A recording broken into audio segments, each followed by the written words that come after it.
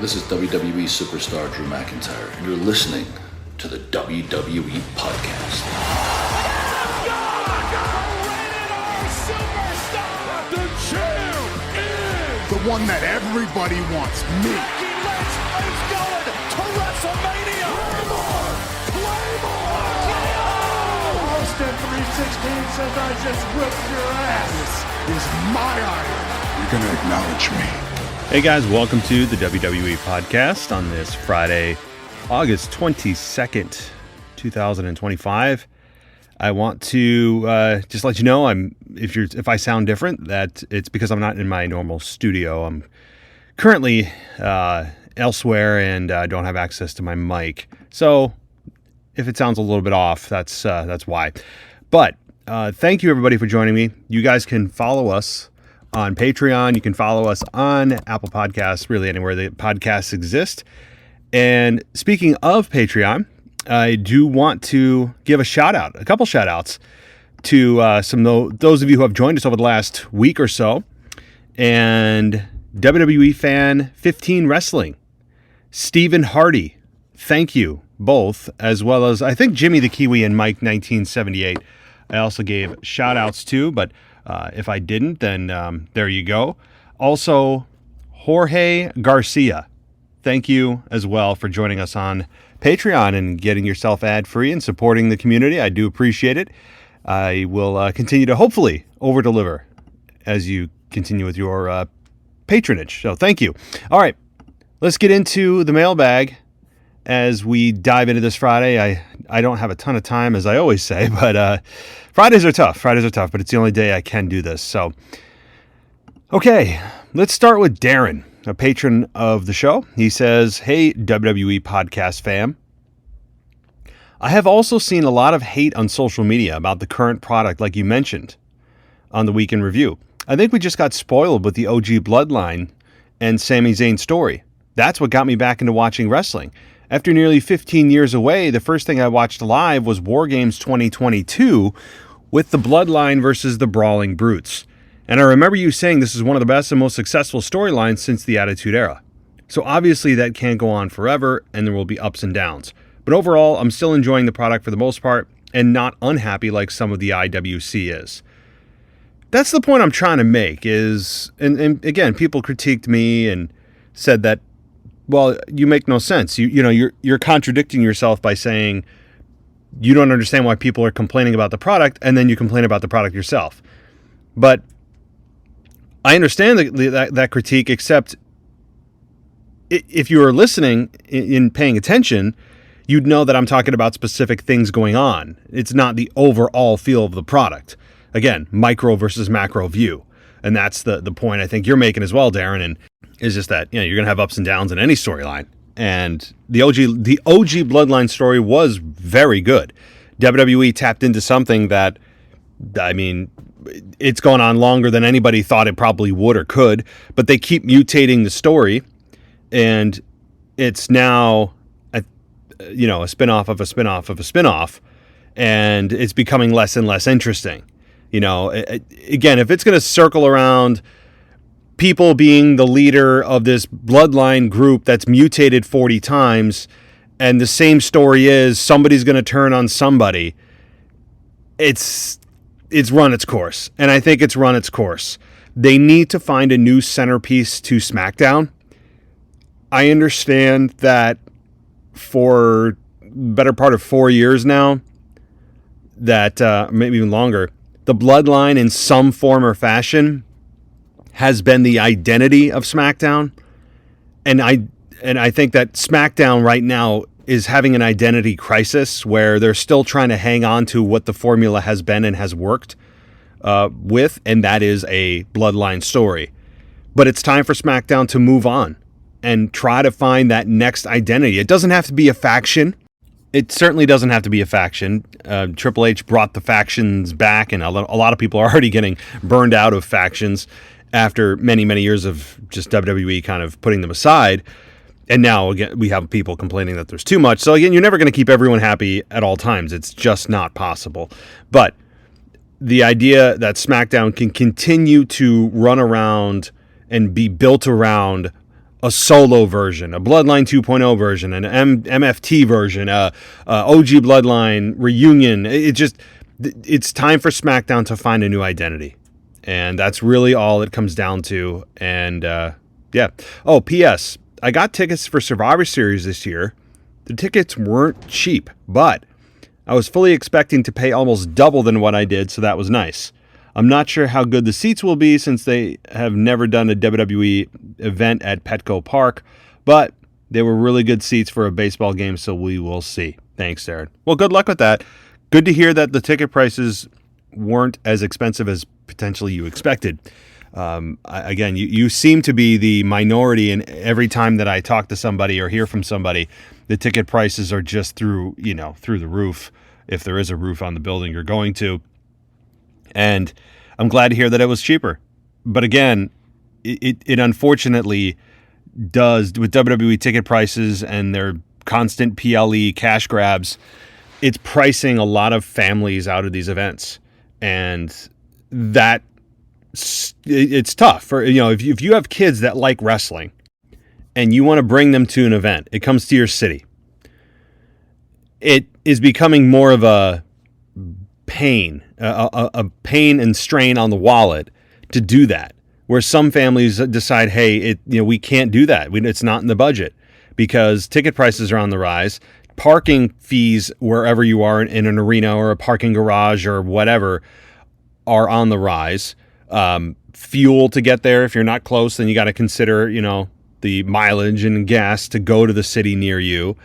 You got to look at the food when you get there, because your kids are going to be hungry when they get there, so they're going to want overpriced hamburgers or popcorn or nachos or chicken fingers. And then you have to worry about, the ticket prices themselves. There's a lot. And then merchandise, which the kids are going to want when they see other people with their favorite wrestlers' T-shirts on.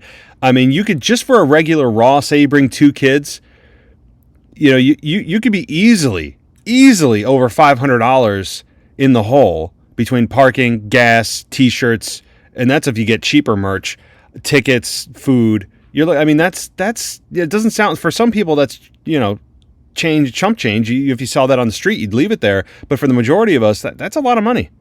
So I didn't mean to go on a tirade and down a rabbit hole of family expenses, but as being a dad now, it's kind of like, oh yeah, that's something I have to consider. My son is actually, he watches me watch wrestling and he'll be interested for a little bit, but he's doesn't quite grasp everything yet. So we'll see. That'll change. I'll indoctrinate him shortly.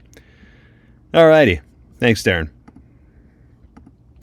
Let's talk to Mr. DJ Kuzmo. And he says, not to sound like a broken record, but yet again, WWE is trying to push my buttons, because instead of PLEs moving to ESPN Plus at some point next year, after when the contract with Peacock and NBC ends, they're now moving to ESPN starting next month with a new PLE called WrestlePalooza. Yes. That is scheduled for September 20th, the same day and time as AEW's All Out. Are you kidding me, WWE? From a business standpoint, I get it. It's all about money, and more money.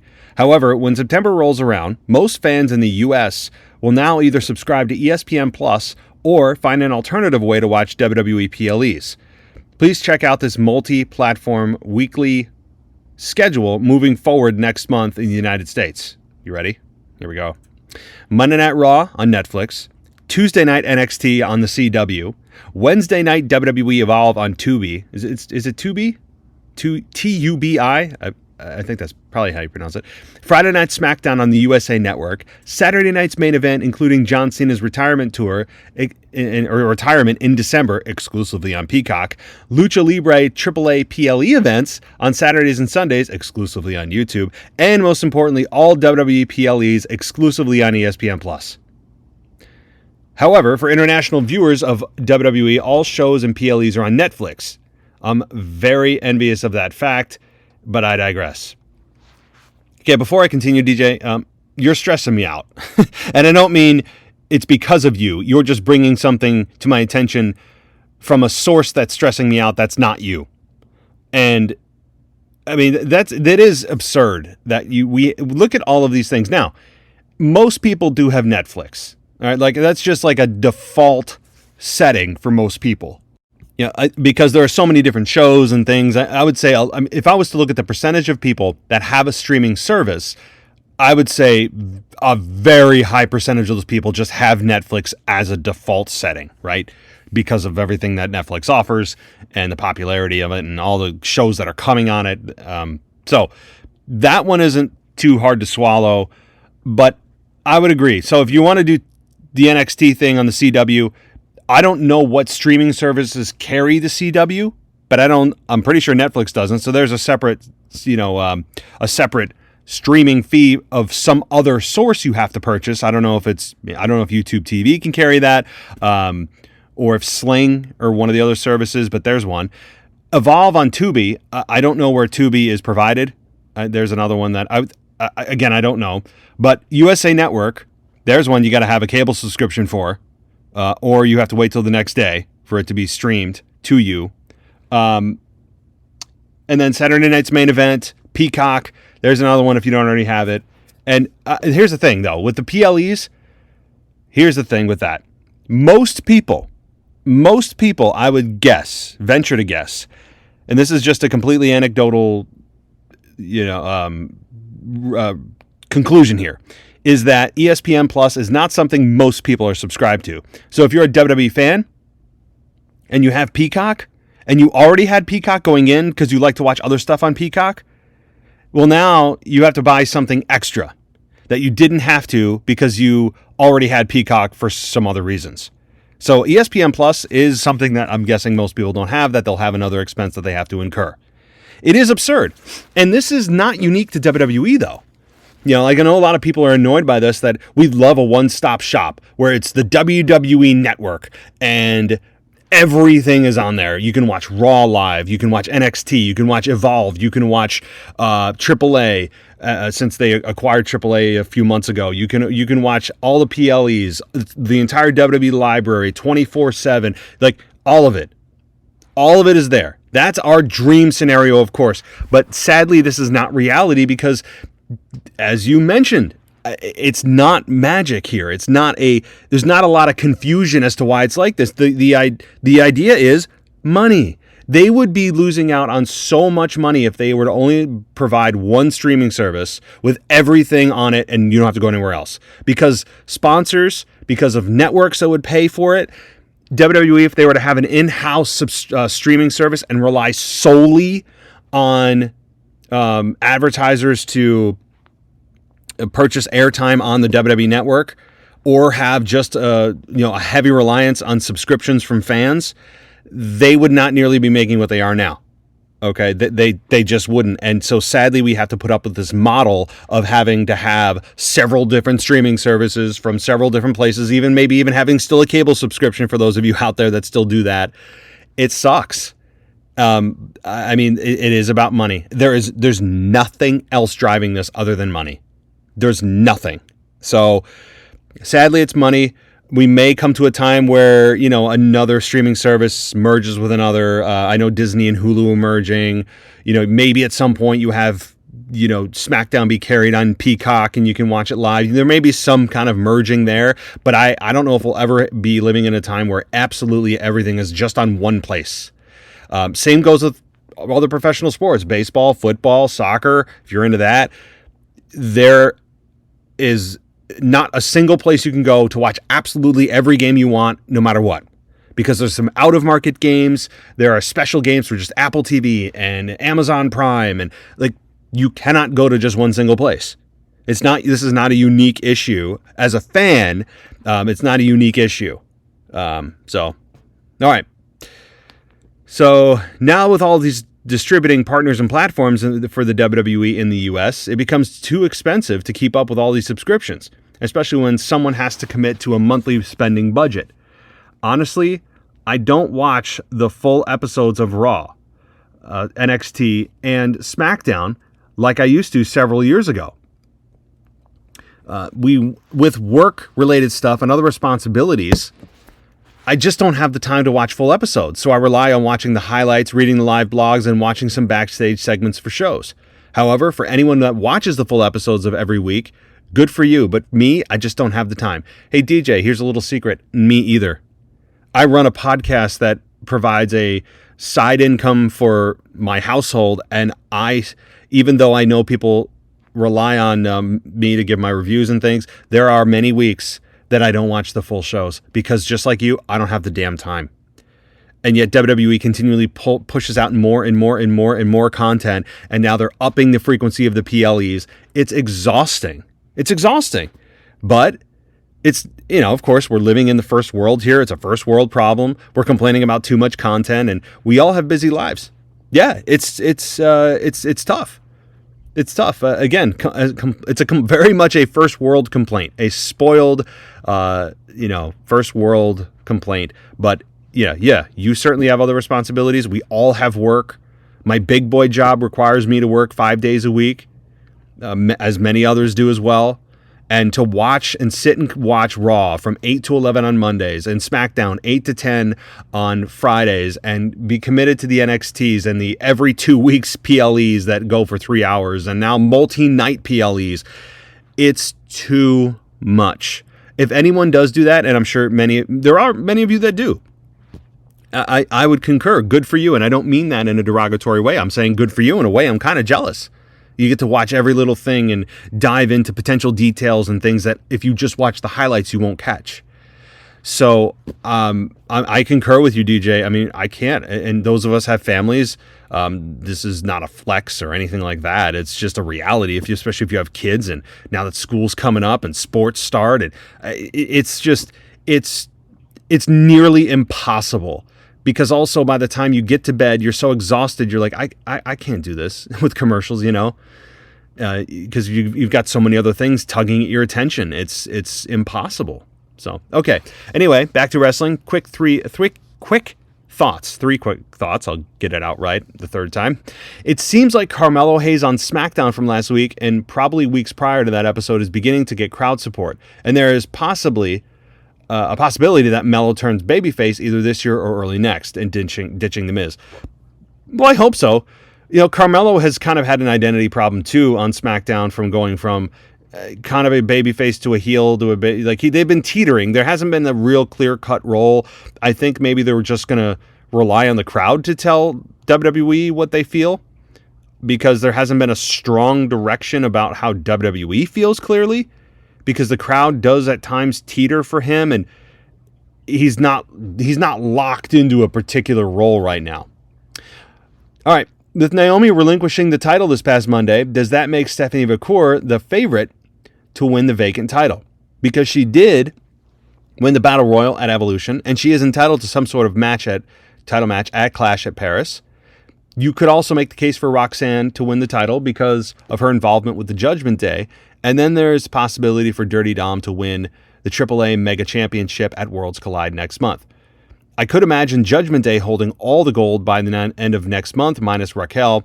Then when Liv returns next year, it would make an interesting story of Liv versus Roxanne. And finally, there's Rhea. I hope she doesn't win the vacant women's title. WWE Creative really needs her to take a step back away from the world title picture, maybe even for her to take the route as Charlotte and place her in a tag team with Io Sky against the Kabuki Warriors or Roxanne and Raquel. Okay, I'm going to talk about this in reverse quickly. Rhea Ripley certainly does not need to be involved in any kind of world championship picture.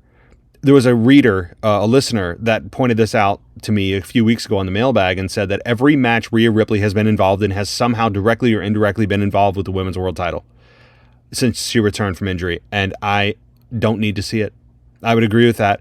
Rhea, as popular as she is, she's not in need of having to climb the mountaintop and topple some long-standing heel champion. That's not the story that needs to be told with Rhea right now. At least that's not what I think. I think Rhea Ripley right now is in a position to just find a personal blood feud. Even, hey, what about go after the Women's Intercontinental Championship? Or go after the Women's United States Championship. How about that? I know it's on SmackDown, but WWE doesn't care about the damn rules, the brand split rules, as I point out every week of this show all the time. But since they don't care, have Rhea trade to SmackDown. That's not the craziest thing in the world. What about Rhea being traded to SmackDown? Again, or challenging for the Women's Intercontinental Championship against Becky Lynch. I know a lot of people would take that as a demotion for Rhea. I wouldn't. If you're going to really try to elevate that Women's Intercontinental Championship, what better way to do it than use Rhea Ripley? So, just a thought. As far as Liv returning, and yeah, absolutely. Liv is going to be a massive, massive babyface when she returns. She has really done an excellent job over the last year and a half with Dom and everything she's done, and just absolutely exploded into an actual character. And I think that's true. And as far as all the members of the Judgment Day holding gold, sure. I think the Judgment Day in a lot of ways is in the same position as the Bloodline, where people are just a little bit over it. It feels like that story should have died a long time ago. I know that, and again, that group has disintegrated and evolved and mutated into different faces and leaders and all that kind of thing. But I mean, if the Judgment Day were to ever just disintegrate, I'd be okay with it. But of course, where does that leave Liv upon her return? I mean, I don't hate the Judgment Day. It just feels also kind of like a stale piece of gum we've been chewing for a long time. So, all right. Lastly, so Sami Zayn is official on SmackDown with no explanation. But I guess for the only reason that he is pursuing the Solo's United States Championship, what does that mean for Jacob Fatu? I don't know. I don't know what that means for Jacob. It could be just a triple threat, Solo versus Sami versus Jacob Fatu for the United States Championship. As far as the idea that we don't get an explanation, yeah, I mean, is there even, maybe, again, those of you that watch every second of every show, while he was traded to SmackDown, that means that someone's coming to Raw, right? Or did they not phrase it as a trade? How did they phrase it? He just, by way of osmosis, came to SmackDown? Was there any explanation as to how he got there? And if there was, why wouldn't you have made a trade back to Raw for somebody? So that you know what I would do? If I was WWE, I would scrap the whole deal about brand split. The draft. I would just have trades be open. Like, if you want to make a change and change things up, have trades. Do trades. Make trades more of a thing if you want to shake things up. Because they rarely use the trade. Trades are it's a really good tool. It's an exciting tool. It's a storyline tool you could use of Sami comes to SmackDown, massive mystery trade to Raw being revealed, next week. Something like that. Like, you can make it really exciting. That way, you can really focus in on that particular trade instead of just, oh, wow, a whole shakeup, totally new people on every show. And I mean, that's how I would do it. Alrighty. Thank you, my friend. Okay. Let's talk to Kay from Toronto. And Kay says, for SmackDown, once again, the program with Charlotte and Alexa versus the CG mob was great. Just so entertaining. I would agree with that. Yeah. Charlotte and Alexa just right now have it going on. They are a perfect fit for each other at this point in their careers. Just it works perfectly for what they both need right now. Drew is awesome. He should be champion. I couldn't agree more. Drew is long. To say he's long overdue is understating it. Kiana James asking Tiffy to be her security was funny. Was not interested in the main event. What main event, though? I'd have to ask. R-Truth versus Aleister Black might be good, but where did that come from? Honestly, I don't know. I don't know where it came from. I don't even care. What I care about is that R-Truth is back to just being R-Truth. If we're going to have him back, be the guy we want him to be, and he's doing something at all is good. On Raw, I love the Vision. But why does Seth always come dressed like a clown? I like clowns. I don't know. I talked about this on my Raw review too. Seth does not need to be coming out in just clown shoes type of outfits. He is. There's no need for it. I know he's outlandish and bombastic and he's loud and he's supposed to be obnoxious outfits. It doesn't do anything for me other than just take away from his entire presentation. I know he thinks it's part of it. To me, it's a detraction from. And what is his presentation? His presentation is being Seth Rollins. That's what it is. It's being a future Hall of Famer. He's already a Hall of Famer locked in right now. He's already at this point, and he's probably a little over halfway through his career. He's an excellent A+ in-ring wrestler. He is good to very good on the mic. I wouldn't say excellent. I would say good to very good. Is got a long history in the company, involved in many iconic storylines from The Shield to The Authority. I don't know if that's iconic, but it's memorable. To the heist of the century, to his feigned injury now at SummerSlam. That's what his legacy is going to be. That's his legacy.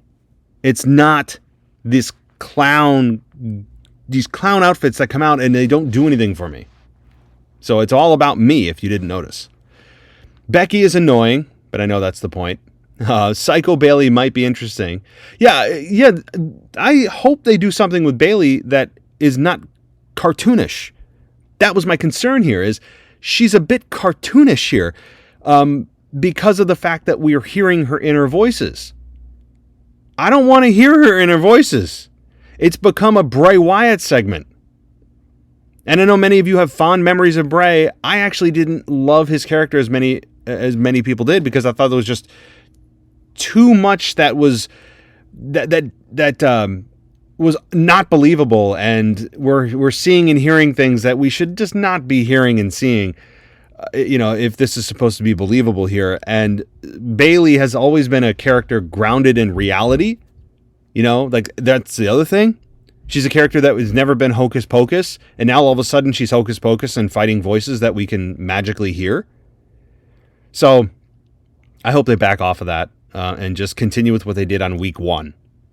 Week 1 was very compelling. Week 2 was cartoons. It was like Saturday morning cartoons. Okay, so Naomi knew it was coming. Her heel run was the best she ever did. A bit weird that it's coming out that she's 3 months pregnant. Can't believe that she and Jey Uso and WWE let this happen. Dangerous stuff, in my humble opinion. Well, you got to remember, like, Naomi may not even have known that she was pregnant, and even if she, had a hunch, I'm not saying. Here's the thing. I don't think that she purposefully, if she took a pregnancy test, I really doubt that if she knew she was pregnant for sure, took a pregnancy test and it said, yeah, you're pregnant, that she wrestled if she knew she was pregnant. She may have had a hunch, but she didn't want to maybe confirm anything until after she had a match or whatever. So I don't think she went in knowing she was pregnant, but maybe knowing something was off. Maybe, she was late on her cycle that month and said, oh, here we go. Yeah, I don't know, because here's the thing. I don't know the date that her and Jimmy, did the deed. I don't know the exact day and time, so neither do you, and neither does anybody except Jimmy and Naomi, Trinity, obviously your real name. So, I mean, again, I don't think they let it happen. I just think that maybe there was some kind of willful ignorance on the part of Naomi if she's 3 months pregnant. I mean, that's my guess. But obviously, I'm happy for them and hope all things work out well for them. The main event was predictable. Jay needed a win, and everyone was happy to see Roman not me. Yeah, I mean, hey, listen, Roman Reigns is not for everybody. Still isn't, even after all this time and all the iterations of Roman and him finally going heel after 7 years of the big dog, and he goes to the tribal chief and obviously found the most success he's ever found in his career. But Roman's not going to be for everybody, and I get that. I mean, to me, Jey Uso's not for me. I'm not a Jey Uso support. I wouldn't go to the show and support him. I wouldn't yell out loud for him. But I understand why people like Jey. And, seeing Roman Reigns out there and, still helping out Jay. And it's, hey, that's your OG bloodline. That's the tie to the OG bloodline that was one of the most successful stories in the company's history. And they continue to have that little kind of Easter egg there as a reminder of, their connection to the OG story and, more importantly, their family. All right, Matt, as always, you do a great job. Thank you. Well, you're welcome, and go Jays go. Yes, your Blue Jays that I mention every week is you guys are doing quite well. You guys are doing quite well, and it'll be interesting. Here's the thing. It'll be interesting when the Yankees and the Blue Jays play, because if we don't sweep that series, we have no chance of winning the division. I think at this point, the Yankees' only hope is a wild card, and hopefully a 1-seed wild card, not a 3-seed or a 2-seed, because then you don't have home field advantage. So that's the best we can hope for. And instead of it being a 1 game and done, it's at least now a 2 out of 3, which I think is much more of a fair tournament. All right. Thank you. So I don't know if we have anything else from our email side. Let me just double check. You guys also, those of you on Patreon, you guys can message me directly in the Patreon app if you prefer. All right, there's a direct message feature there that you can message me your questions or your insights for every week's mailbag. All right, let's then continue, and this is the time where we get to those all-important voicemails, and we're going to start with Alex, the French guy, this week, and hear what he's got to say. Alex, the French guy here, your current European champion. Alex is back. It's been a long minute now. Didn't send like a voicemail in a minute. I didn't have something to say. It's really that simple. I just wanted to say to you guys, your guy, your champion is going on to Clash in Paris and to Monday Night Raw. That's pretty cool. I'm heading up. I'm looking forward to see Drew McIntyre claymoring the ass out of the skull of Cody Rhodes, just like he did on the announcer table. That was such an impact. I love this finisher. I also hope to see John Cena get the AA out of Logan Paul. You cannot tease a Brock Lesnar versus Cena just to give us like a Logan Paul disappointment. I like Brock Lesnar. I think he's a great performer. Whatever he says, whatever people say, but I was the first to doubt like a Cena versus Lesnar in Paris. Let's be real, guys. The guy doesn't take the plane for this. But I will tell you something. We have something in France that we think that people, and also like that's a theory in France. Logan Paul, I don't know. There's like a two-headed coin. I don't know what will happen, but we're very vocal about like the WWE event now. So either he will get the booed of all time, or he will not get any reaction at all, just for French people to know, to say that, okay, we don't like this performer. But yeah, in either case, the only disappointment I have is AJ Styles not being on the card.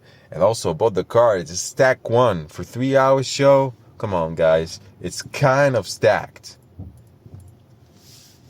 I hope the match quality doesn't get affected.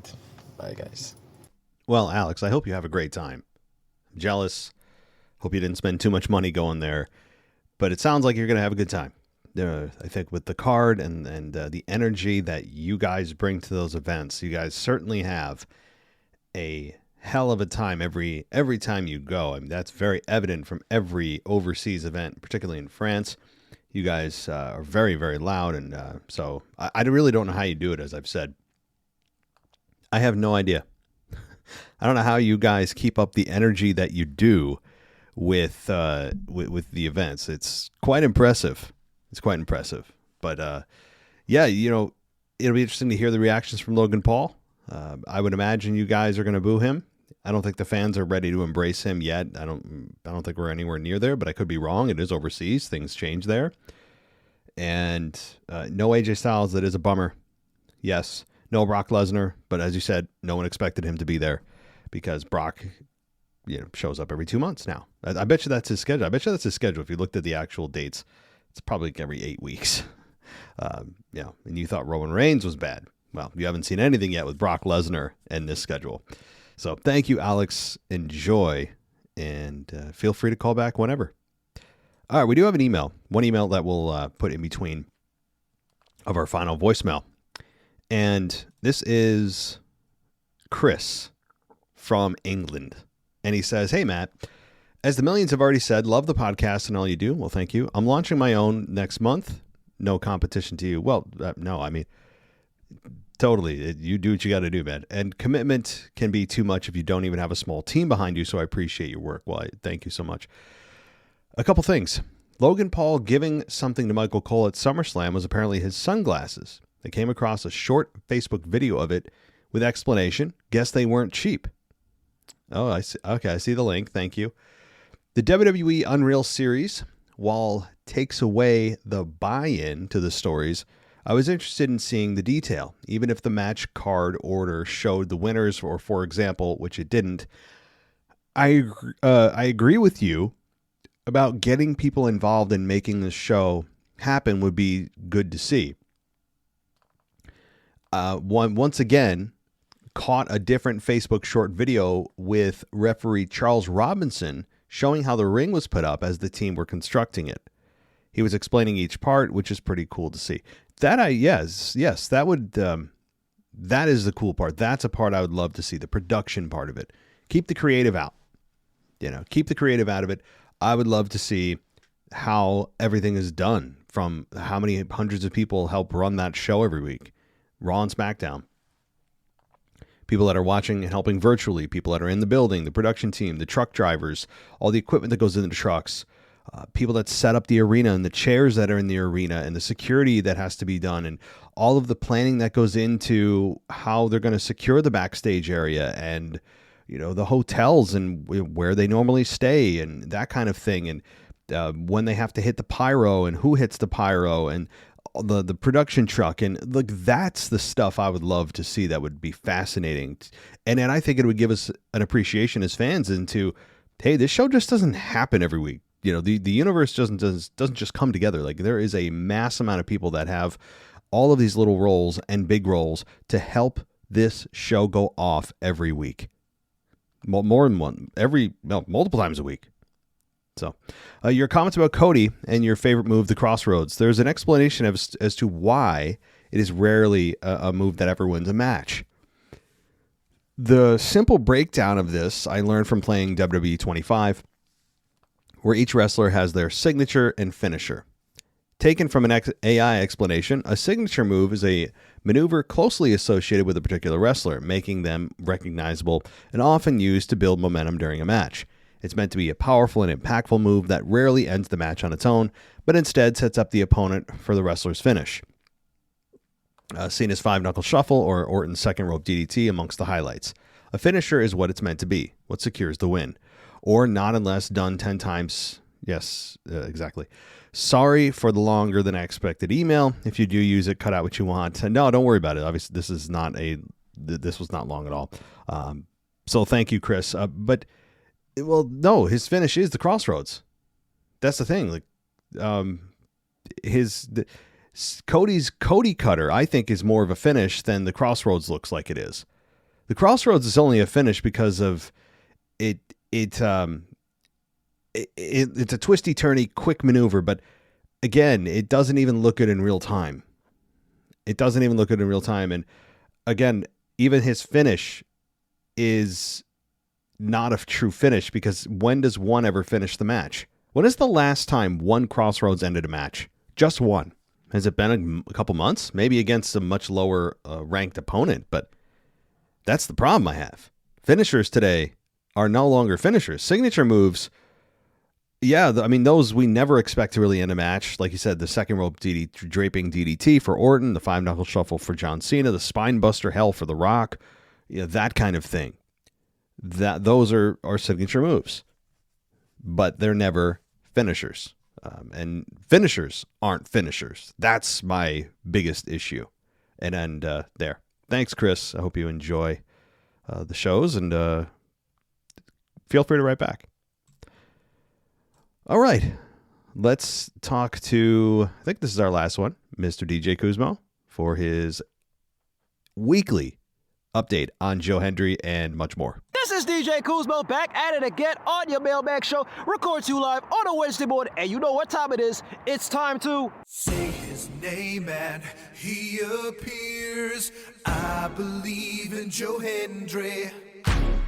I believe in Joe Hendry. That's right, folks. Joe Hendry is his name as I take it to my 58th episode of the Joe Hendry Report. And like always, coming to you live from an undisclosed, but this time an outdoor undisclosed location as I'm on a mini vacation. Anyway, let's take it to a TV taping of TNA Pro Wrestling from last week, but we did not get an appearance of Joe Hendry for that episode. However, he did make an appearance this past Friday, August 15th, live from Baltimore, Maryland for TNA Emergence as Joe Hendry was a special guest commentator. And he appeared last night on NXT on a special episode of NXT as NXT was coming to you from Philadelphia as they get ready for their next PLE event called NXT Heatwave that will be happening on Sunday, this coming Sunday, live from Lowell, Massachusetts. But on this episode of NXT, we get a backstage segment of Ava Raine, the general manager of NXT, and Dark State. Dark State was talking about how this Sunday that they will be competing for the tag team championships. And then, all of a sudden, Saquon Sugars of Dark State, after when he says names like Nia Jax, Lash Legend, Trick Williams, Javon Evans, he then said his name, none other than Joe Hendry. And just like that, Joe Hendry randomly appeared inside a closet as his music briefly plays as he came right behind Ava Raine and Dark State. Joe Hendry says to Dark State that he doesn't want to have any trouble. He appeared because he was excited to see Dark State wrestle on Sunday at NXT Heatwave for the NXT Tag Team Championships as they go up against Hank and Tank. But Joe asks the million-dollar question, which of you two are going to be the ones to take on Hank and Tank? Because, you know, there's only 4 guys in Dark State, and of course there's only 2 guys in the tag team called Hank and Tank. Osiris Griffin of Dark State says to Joe, you'll find out when the rest of the world does. Then Dion Lennox of Dark State says to Joe Hendry a warning by saying, either you get behind us or we leave you behind. Then we see the members of Dark State walk away, but then Coulter James, a very weird Coulter James of Dark State, comes to Joe Hendry's face by saying, and you don't want us behind you. What did he mean by that? It sounded kind of weird, kind of awkward, as you see Joe Hendry's face looking very strange as Coulter James walks away. Joe says to Ava Raine, that's a strange young man. And Ava says, I'm not too sure about him. But anyway, that's all for now as Joe Hendry made a brief appearance on this episode of NXT. But the question is, what random places will Joe Hendry appear? Find out on the next time he makes an appearance on NXT. Always remember to believe, say his name. Always remember the words that Joe Hendry says anytime, any place, at any show. And most importantly, always remember to do this. Wave your hands from side to side and say, oh, I believe in Joe Hendry. Joe Hendry is so prestigious. Once again, this is your guy, DJ Kuzmo. Have a blessed week. Be kind to one another. Stay safe, my friends. Believe and peace. Well, thanks as always, DJ, and good to hear about what's going on as I do every week, and we all do. Dark State is such a cool name. I haven't got much into the group and what they stand for, and really even the specific members of the group. I mean, I've seen photographs and some video of them, and I know like what they look like, but it's such a cool name. That might be one of my favorite names of all time for any faction, Dark State. Yeah, so good to hear with Joe Hendry and NXT Heatwave, and we got a lot of wrestling coming up over the next week. A lot, right? We got obviously it's capping off with the Clash in Paris event next Saturday, which is going to be a massive event that is likely going to have big ramifications to September 20th WrestlePalooza event that WWE just popped out of nowhere to directly compete. Let's make no mistake about that. There's no coincidence there. To directly compete with AEW's pay-per-view on that very same night. So, but thank you, DJ, as always. And it sounded like I heard some seagulls in the background. So maybe we can zero in on that secret location, because nothing like hearing seagulls to really zero in exactly where you are, because, you know, it's not like they're up and down the East Coast. So Hope you're doing well. That undisclosed location sounded very relaxing, wherever it may be over there by the seashore. So, all right. Well, DJ, thank you. Everybody, thank you so much. And I did have one more email that popped in as I was listening to DJ. So I do think it's fair that I read it. It's very quick. It's from Corey. I don't think he's ever messaged me before. He says, these are just some quick predictions, early predictions about the Clash in Paris event, which, by the way, I'll have my official predictions next week, probably Thursday, Friday at the latest. But you're going to say John Cena is retaining against Logan Paul. Seth Rollins will retain in the Fatal 4-Way. Bronson Reed beats Roman Reigns. Monday Night Raw. Okay, so first of all, yes to probably all those. I think those are fairly solid, although the Roman Reigns one is a bit up for discussion. You're also going to Monday Night Raw in October. Man, are you guys just trying to rub it in? All you guys are... Most of you that have written in today have told me about you're going to this event, that event, this Raw, that Raw, this PLE. Man, it's not fair. I think Penta should get the IC title soon, and Xavier should have a singles run. Not so sure about Penta, but absolutely yes to Xavier. That's a point I've been talking about for literally years now. Since Bobby Lashley was beating up on him in a Hell in a Cell, I've been saying it for years.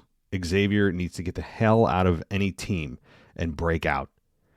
The Boogeyman should return. I would not concur with that, but Seth, Sheamus, and Eddie Guerrero are great. Absolutely yes to all of those. You like WWE Unreal? Cody Rhodes and credits showing during the show. Okay, well, cool. I'm glad you like it. We don't have to agree on everything. Certainly there's an audience for it. It's getting a lot of attention. Stone Cold is overrated, not even top 10, and pointing at the WrestleMania time. All right. I really don't know how, even if you don't like the Stone Cold character, which is really kind of hard not to like. I'm going to guess you're not an older fan. I'm going to guess you're a younger fan. And if that's the case, you never lived through the absolute chaos and mainstream cultural appeal that the Attitude Era, headed by Stone Cold Steve Austin, had on just the general culture. I'm going to guess that you are under 20 years old. And if that's the case, then you never lived through this absolutely awesome time in wrestling where it was actually cool to be a wrestling fan. You didn't have to hide it. You didn't have to hold your head in shame or have to explain to people that, which we shouldn't have to anyway, but that's kind of the stigma that comes with being a fan, as to why we watch it and all that kind of thing, which is kind of ridiculous that it's not held to any other standard in any other sport or any other form of entertainment other than wrestling. And the whole premise, the whole foundation of which that criticism is built is, that's not real, right? Like the most obvious, just flimsy foundation that this criticism is built on. It's the most, it's like saying to somebody before you criticize the movies, like, hey, that what you watched in that movie, like that didn't actually happen. You know that, right? It's like, yeah, no kidding. But anyway, Stone Cold overrated. In what way? He was, without a doubt, the biggest draw in pro wrestling. And you don't even have to, that's not an opinion. That's a fact. Look at the numbers. Look at the ratings. The TV ratings. And yeah, I know that we don't watch TV as much as we do back then. It's all streaming now. But even if you combine all the streaming numbers today, they don't come anywhere near what Austin did in the Attitude Era. What he was able to achieve, not by himself, but the face of the Attitude Era was Austin.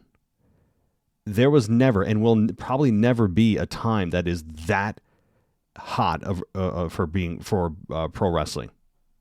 Never was before. Hasn't been since. So that's not an opinion of whether or not you like Austin, but to say he's overrated, I mean, based on what metric? Ratings, merchandise, what? Crowd reaction. I mean, has there anyone that has ever had a bigger crowd reaction than Stone Cold Steve Austin? So, I mean, seriously, and I'm being honest, Corey, like, what, by your standards, what is he overrated specifically on? But pointing at the WrestleMania sign, I think, is stupid. I'll continue to say that. If you like it, then you're going to love every single Royal Rumble. But WrestleMania, it just comes with the territory. It's just, the reason I don't like it is not because I don't understand the symbolism of it. It's just because it's almost just as if it's a corporate requirement that it takes the realism out of anything I'm watching. It's just like, they're going to point to the sign because the corporate suits said they had to. Oh, here comes your photo op, point to the sign so we can make it the home page picture on WWE.com. Anyway, all right. Thanks, Corey. I think you're a first-time emailer, so very cool. Thank you for listening, and thank you, everybody, for contributing. If you want to go ad-free, great week to do it at patreon.com/WWE podcast. And there is a live feature that I may dip into this week on Patreon for those who are patrons only. I may dip into that because it's a somewhat new feature that Patreon has unloaded, and maybe I'll end up doing that directly in Patreon. It's not an offshoot live feed on some other platform. So let me dip into that, and I'll get back to you guys. But it is a great week to go there because you get everything ad free. You can get to go on Discord and have your own little personal chat with other patrons. And patreon.com/WWE podcast is the place to go. Also follow me on X at wrestling_audio. I'm there as well.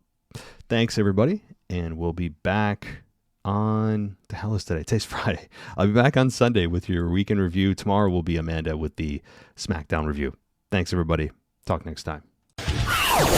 Thanks for listening to the WWE Podcast. Don't forget to subscribe on your favorite podcast app so you don't miss a show, or head to WWEpodcast.com.